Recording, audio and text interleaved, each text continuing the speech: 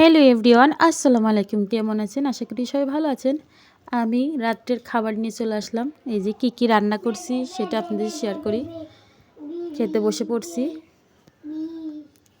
এই যে ডাল রান্না করছি।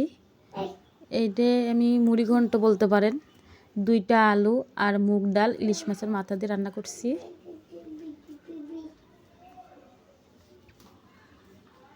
আর রান্না করছি কচুর শাক দিয়ে মসুরির ডাউল। ইলিশ মাছের কাটা কুটে দিলে আমার বড় ছেলেটা খেতে পারে না, এই জন্য। আর রান্না করছি তেলাপিয়া মাছ দিয়ে, সিম দিয়ে, টমেটো দিয়ে রান্না করছি। এই যে তরকারিটা।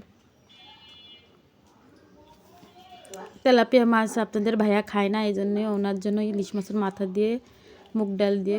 চলেন দেখে আসেন কচুর শাক কীভাবে ঘুটেছি। এই যে মসুরির ডাল দিয়ে ঘুটছি। এই যে মসুরির ডাল বোঝা যাচ্ছে, হ্যাঁ ওই যে বোঝা যাচ্ছে। মসুরির ডাল দিয়ে রান্না করব। তার আগে মুগ ডালটাকে ভেজে নিব। মাছ ভাজবো, এই জন্যে মুগ ডালটা ভেজে নিলাম। তেলটা গরম করে নিয়েছি, তেলাপিয়া মাছটা ভেজে নিব। এই পাশে কচুর শাকটা বাগা দিয়ে দিব। রসুন দিয়ে দিলাম কিছুটা। রসুন পেঁয়াজ মরিচ দিয়ে আমি কচুর শাকটা আগেই সিদ্ধ করে রাখছিলাম, আবার অল্প কিছুটা দিলাম। এদিকে মাছটাও ভাজা হয়ে গেল। 2 চুলায় রান্না করলে কি হয়, তাড়াতাড়ি হয়ে যায়। আরও বাচ্চা থাকলে তো সমস্যা, রান্না করতে দেয় না, এই জন্য তাড়াতাড়ি 2 চুলায় রান্না করে ফেলি।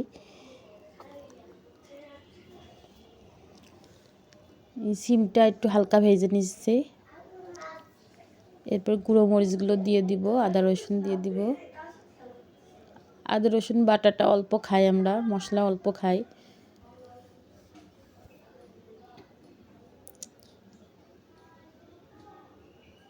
এই মাছটা ভাজা হয়ে গেছে, এদিকে পেঁয়াজও ভাজা হয়ে গেছে।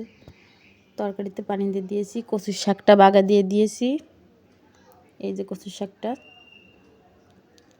এই যে মুগ ডালটা ভেজে রেখেছিলাম, সেটাকে ধুয়ে পানি দিয়ে রেখেছি। প্রেসার কুকারে ফুটাই নিব।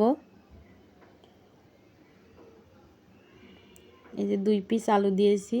এই যে 2টি আলু দিয়েছি, দিয়ে রসুন পেঁয়াজ মরিচ দিয়ে এটাকে সিদ্ধ করে নিব। এই যে সিদ্ধ করে নিয়েছি। তারপরে এই যে মাছের মাথা, পেঁয়াজ রসুন এগুলো ভেজে নিব।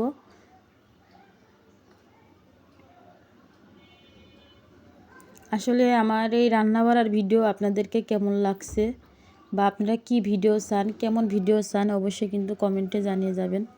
আমি নতুন এসেছি এই চ্যানেলে। আসলে আমি বুঝতেছি না যে আমি কোন ভিডিওটা করলে আপনাদেরকে ভালো হবে বা কি, এটা একটু অবশ্যই কিন্তু কমেন্টে জানাবেন। এই ভাজনাটা করে রাখছিলাম, এই যে ডালে দিয়ে দিব।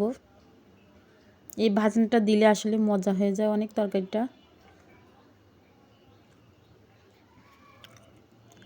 একটু ডাল ঘুটনিতে আলুটা একটু মেশ করে দিচ্ছি যাতে ঘন হয়। এই দেখেন ফাইনাল লুক তরকারির। এই যে কত সুন্দর কালার হয়েছে না, সবুজ সবুজ কালার। এটা কিন্তু আমি ফ্রিজে রাখছিলাম সিদ্ধ করে, আবার শুধু মসুর ডালটা ফুটাইয়ে দিয়ে দিছি। এই দেখেন মুগ ডালটা ইলিশ মাছের মাথা দিয়ে কেমন হয়েছে অবশ্যই কিন্তু কমেন্টে জানাবেন। একটা লাইক, একটা সাবস্ক্রাইব করে দিবেন।